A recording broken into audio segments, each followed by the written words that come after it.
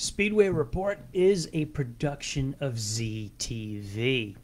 Well, some winter racing stretches us closer to February Speed Weeks. I had a phone call today from a very interesting former driver. I'll fill you in. And we lost a couple of icons in their auto racing circles. We got all this and more coming up. Welcome to Speedway Report, Monday, January the 11th, 2021. From the shores of Lake Norman in Race City, USA, Mooresville, North Carolina. I'm Patrick Reynolds, and thank you for joining the fastest half hour in racing. Have you subscribed to our YouTube channel yet? Please do. No sense in missing a podcast. You can download them right into your email box. You'll never miss another episode. Isn't that the best way to start your year of 2021, especially on a Monday? The best day of the week. All right, let's get to the victory lane lap. And yes, there was some racing going on over the weekend. Christmas, New Year's, a little thin.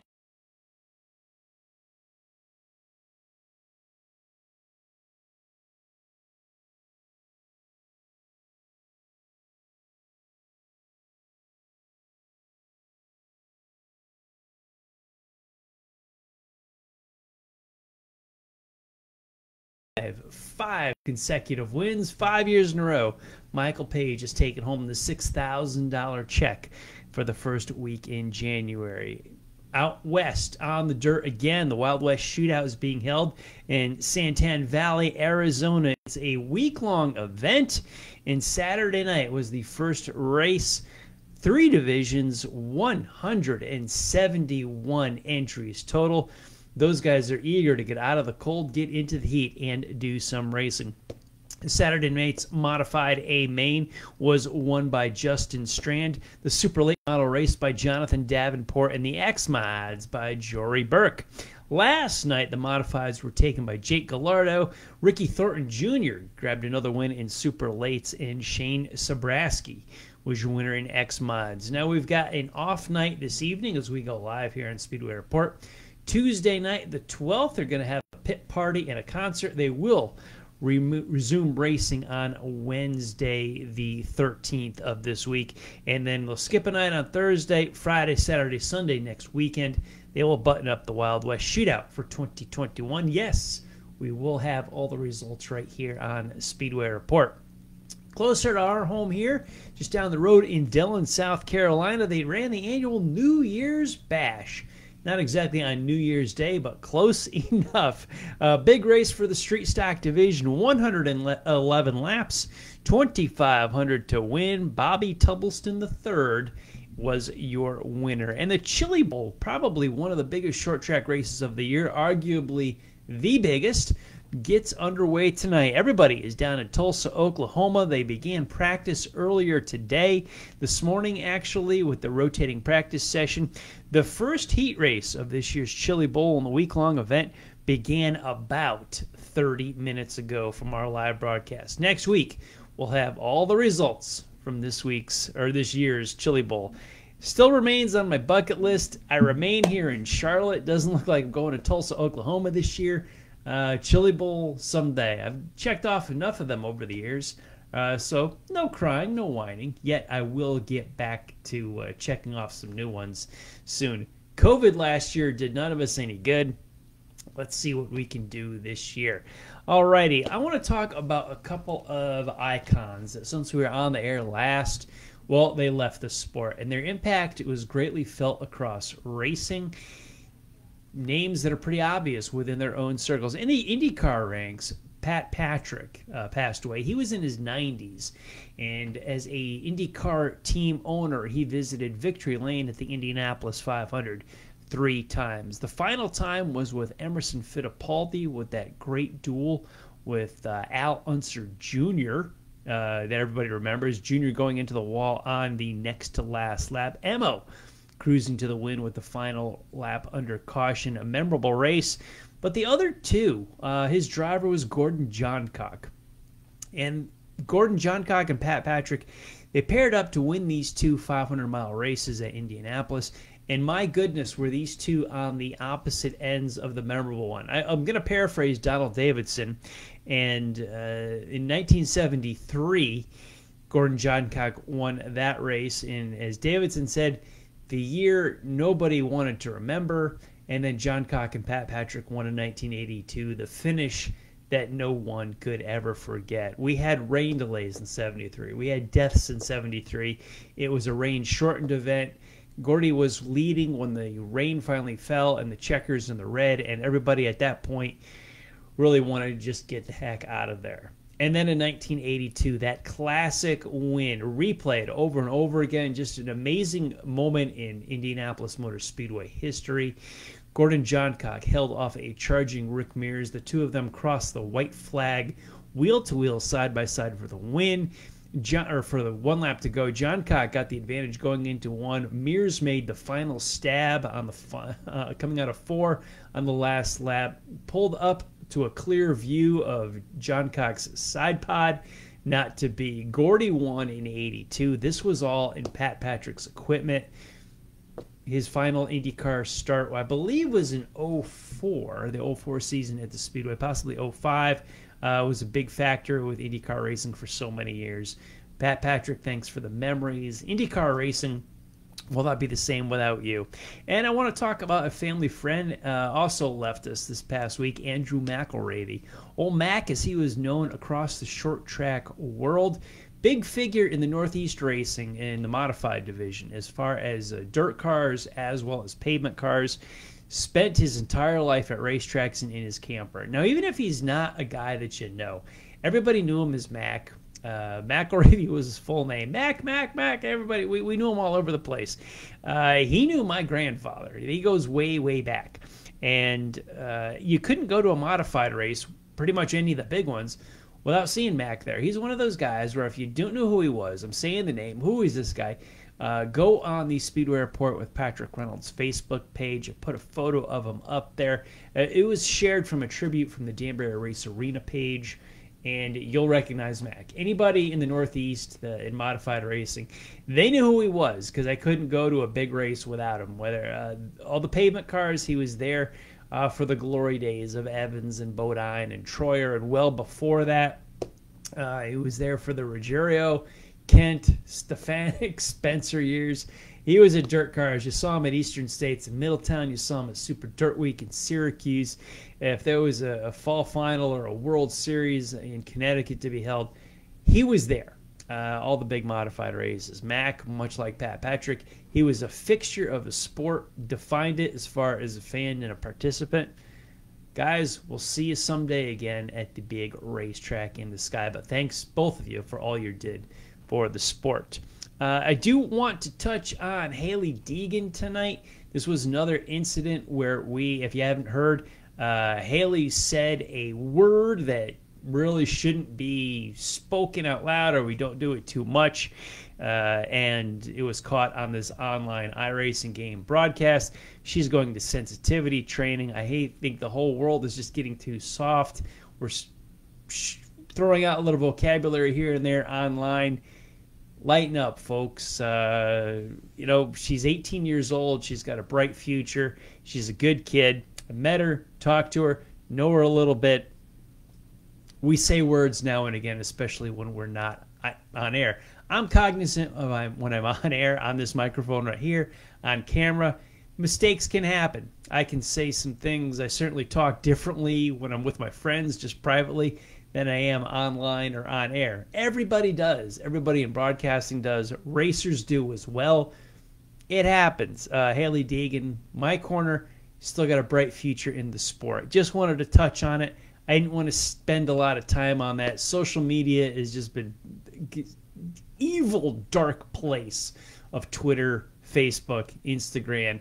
The keyboard warriors, the judgmental, the judge, jury, and executioners in social media don't like you, don't need you. Move on along. Hailie Deegan, you're fine. You said something. You're probably not something that you would say in public. I got a news for the cancel culture. Why don't you get one of these scanners and listen to these folks in the heat of battle in a real race, or in the crew chief, or in the garage area when things are really going on. When people aren't in front and doing an interview and they're just emotions and heat's going, things get said, folks. Lighten up. 2020 was a rough year. We're just getting more sensitive and more politically correct. That's not a good thing in my book. Just calm down. Haley's fine. She's going to have a bright, bright future in the sport. Let's segue right there. Good. Haley Deegan's got a bright, bright future in the sport. I had a bright, bright phone call today that I want to tell you guys about. I touched on this gentleman a week ago, maybe 2 weeks ago. We're talking a little bit about where he was, what he was going on. Lo and behold, today was the day. I was kind of surprised by it. My cell phone rings. Number I don't recognize, but I call a lot of people. I email a lot of people. What's going on here? Who's this? It's a number. I'm not going to give it out, naturally. But I answer the phone. Yes, Patrick. Who's on the other line here? Lo and behold, who calls me? Bill Lester. Yes. I talked about him from Tyrone McIntyre, referenced by Rhonda Beck to Tyrone McIntyre to Bill Lester. I'm talking about him online, on air, and lo and behold, Bill Lester rings my phone today. I was thrilled. It was so exciting to talk to Bill. We're going to talk again, but I talked about his book coming out here in early February. It's going to be out. Go to BillLester.com. Check it out. It's called Winning in Reverse. Cute title, and I'm going to tell you why before the night's over. But I talked to Bill a little bit. I did sort of like, a mini off-the-cuff interview with him. I wanted to hear about what he was doing, his career, what was going on a little bit there. And he was he was a Hewlett-Packard corporate guy for a lot of time, and he didn't make the jump out of the corporate world to be a professional race car driver until he was 40 years old. Who does that?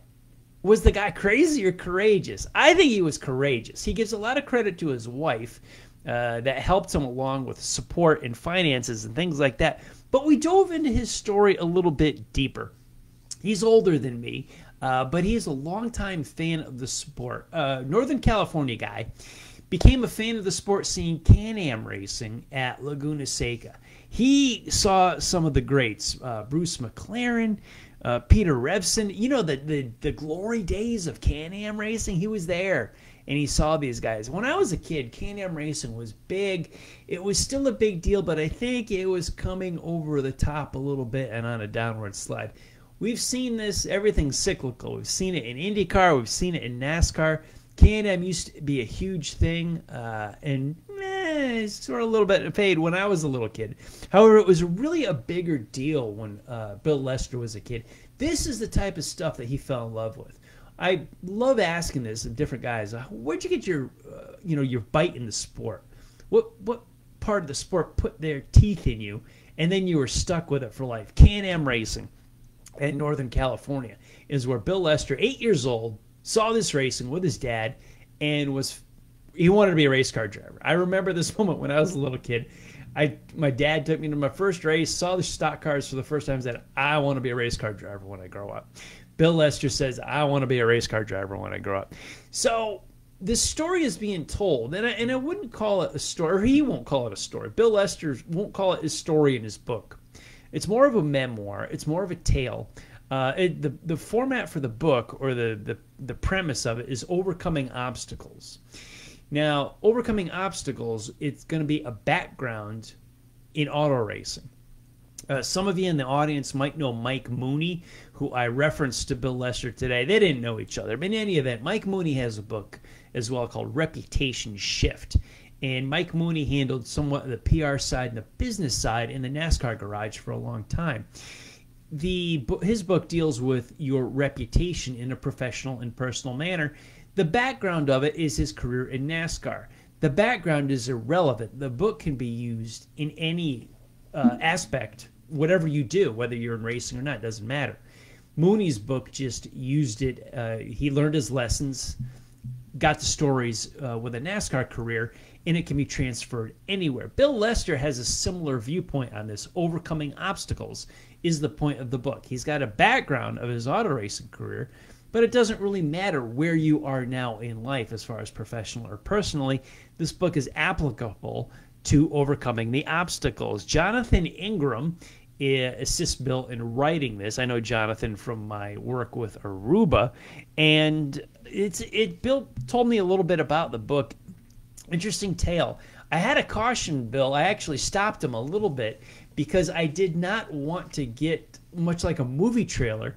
I don't want to see too much of the movie and feel like I've seen too much and then don't want to see the movie. Bill was telling me a lot about the book and some stories, and I cautioned him a little bit. I kind of backed off the throttle in the Q&A with him here. Bill's a wonderful interview, by the way. He was very elaborate and expanded on topics quite easily.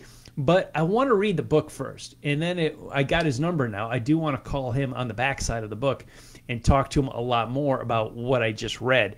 I'm gonna work that out as we go forward here after the book is released in February. But Bill talked to me about his career at Hewlett-Packard, and that he went into engineering, studied school, because his parents didn't have the finances and he didn't have the last name like so many folks do to help your way up the ladder in this sport. We all know it's a sport of connections, a sport of money. Bill became an engineer for Hewlett-Packard because he was able to save some money, invest some money, and actually put himself in a much more stable position because he didn't come from a rich family. So he was intelligent, used his brain, got the paychecks, and was able to go racing. Now, he's an SCCA guy as he began his career, worked in that area of the sport before he came over to NASCAR in the early 2000s.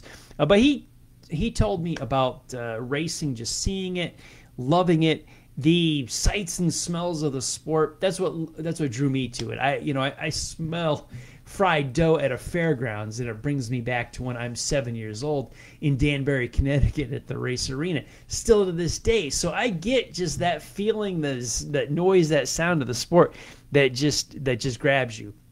Bill was an 8 to 5 guy, made his paycheck, went racing on the weekends, and was able to tells a story about his first ride in, they nicknamed them heavy cars from his days in sports car racing and coming over to heavy cars, otherwise known as what? Yes, say it with me, stock cars. Sports cars and Indy cars, those type of racing, and coming over to stock cars, I say you double your weight and you take a contact patch with your tire and put it in half, so they drive a heck of a lot differently. Well, Bill Lester went to test his very first heavy car or stock car at the ARCA weekend race of all places, Anderson, Indiana. Yes, the home of the Little 500. This was Bill Lester's first time ever sitting in a stock car. Was not a private test, but it was the practice session for the ARCA race. He goes into it. He does well. His practice times, had they been transferred over to qualifying times, he would have qualified in the top 10 at the ARCA race. He made a start with Bobby Hillin Jr. at Watkins Glen, and then he goes on. He elaborated on the tale of him getting involved in Dodge in their truck program, Bill Davis Racing.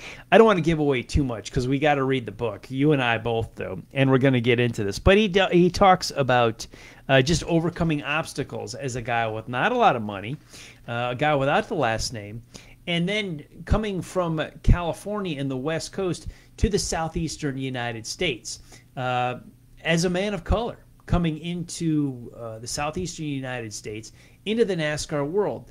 The racism that he experienced, the obstacles that he had to fight through.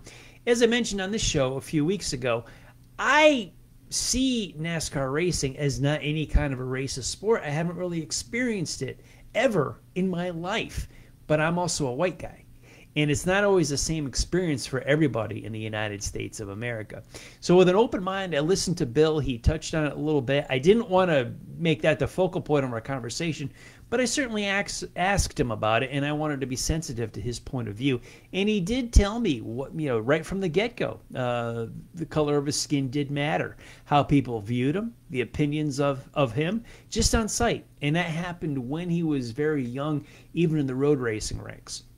He came to the southeastern United States, got involved in NASCAR, which I think is a very family-friendly, healthy sport. But sadly, yes, Bill did experience this, and he did tell me about it. I certainly want to read more about it before read the details of it, what Jonathan Ingram and what Bill Lester put together for this book.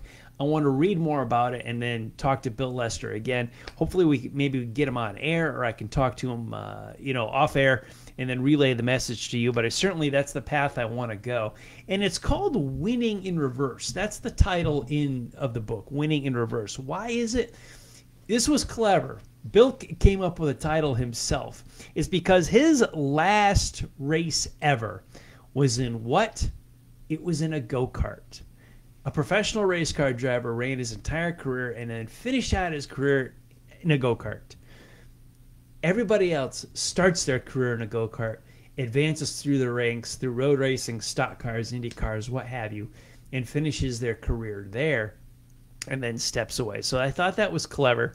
I believe that was in 2012. Bill, if you're watching, correct me if I'm wrong. But that was the final start that he made in his career. In the truck series, it was about 2007. But he's retired from racing now, doing speaking. He's a writer. He's got this new book, Winning in Reverse, BillLester.com. So I encourage you to go there. You can grab a copy. Well, you can order a copy. You can't get it yet. It won't be ready until February when we'll have it in our hands. However, it sounds like a fascinating read. I can't wait to check it out and look at it. And Bill Lester, thank you so much for the phone call again. I look forward to talking with you again. I look forward to reading the book, hearing about your experience professionally, personally, and like we all can use, overcoming obstacles. I don't think there's a person watching this show that doesn't have obstacles that they need to overcome. Personal life, professional life, we all do. We all need it. But I had this fantastic phone call today. Bill Lester, more than gracious, more than professional, picked up his phone, gave of himself his time just to call me up and talk to me. Thank you, Tyrone McIntyre, for connecting the two of us. Thank you, Rhonda Beck, for putting this whole thing together. If you go into the archives of SpeedwayReport.com, Rhonda Beck has a very good article, an interview with Tyrone McIntyre about his career in racing here in the Southeast in the short track racing world here. Interesting tales, interesting points of view. I love this sport, and I love hearing about other people's impressions from where they came from and where they are in racing. Bill Lester, thank you so much for the conversation today. I loved it, and I look forward to talking with you again. Go to BillLester.com, grab your copy of Winning in Reverse. In between our broadcasts, keep up on the world of racing with SpeedwayReport.com. This show and all of our past shows are uploaded onto the site, so please help yourself to a podcast, especially for those road trips. Speed Weeks isn't that far away. You're all going to Florida. I think you need to listen to some Speedway Report. On social media, hook up with me. Where are we? Facebook. On the Racers Reunion page, as well as Speedway Report with Patrick Reynolds. On Twitter, I'm at Speedway Report and at Speedway Pat. In the forum and RacersReunion.com, as well as YouTube that I told you about at the top of the show. Big thanks to our Facebook live feed and our family tonight. Thanks for watching the show. I want to thank all of the military, past and present, for the freedoms we enjoy as Americans in our daily life, including the simple things like bench racing right here on a Monday night. Freedom is not free, and a veteran paid that bill for us. To all of the men and women who are defending freedom and watching Speedway Report, you take care of yourselves and come home soon. A special salute to teachers, school staff, firefighters, police officers, and paramedics in our own communities. They are quiet and modest heroes every single day. God bless, and thank you. You've been watching Speedway Report from the shores of Lake Norman in Race City, USA, Mooresville, North Carolina. Please like our Facebook page, Speedway Report with Patrick Reynolds, and you can follow me on Twitter. I'm at Speedway Pat. Now, if you're on Facebook Live right now, it's January 11th. We're about 5 minutes before the top of the hour. Head to the Drag Racing List page. Bill Pratt and John Bachman will take you through the next hour. I'll be back live here on Facebook Monday, January 18th, and we're going to wrap up the week-long Chili Bowl and look ahead to the Roar before the 24. Thank you all for watching. Take care of yourselves. Take care of each other. I'll see y'all next week.